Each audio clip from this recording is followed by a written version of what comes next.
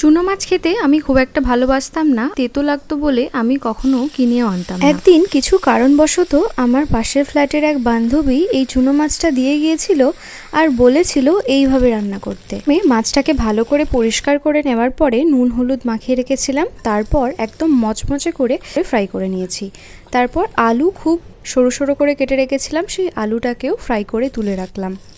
কালো জিরে আর 3টে কাঁচা লঙ্কা দিয়েছি, তারপরে কেটে রাখা পেঁয়াজগুলো অ্যাড করে দিয়ে ভালো করে নাড়াচাড়া করে নিয়েছি। অল্প কেটে রাখা টমেটো দিয়ে অল্প নুন দিয়ে দিয়েছি। টমেটোটা নরম হয়ে গেলে হলুদ গুঁড়ো, লঙ্কার গুঁড়ো আর দিয়েছি জিরের গুঁড়ো দিয়ে ভালো করে কষিয়ে নিয়ে অল্প একটু জল দিয়ে আলু ভালো করে সেদ্ধ হয়ে যাওয়ার পরে ভেজে রাখা মাছগুলো এর মধ্যে দিয়ে দিতে হবে।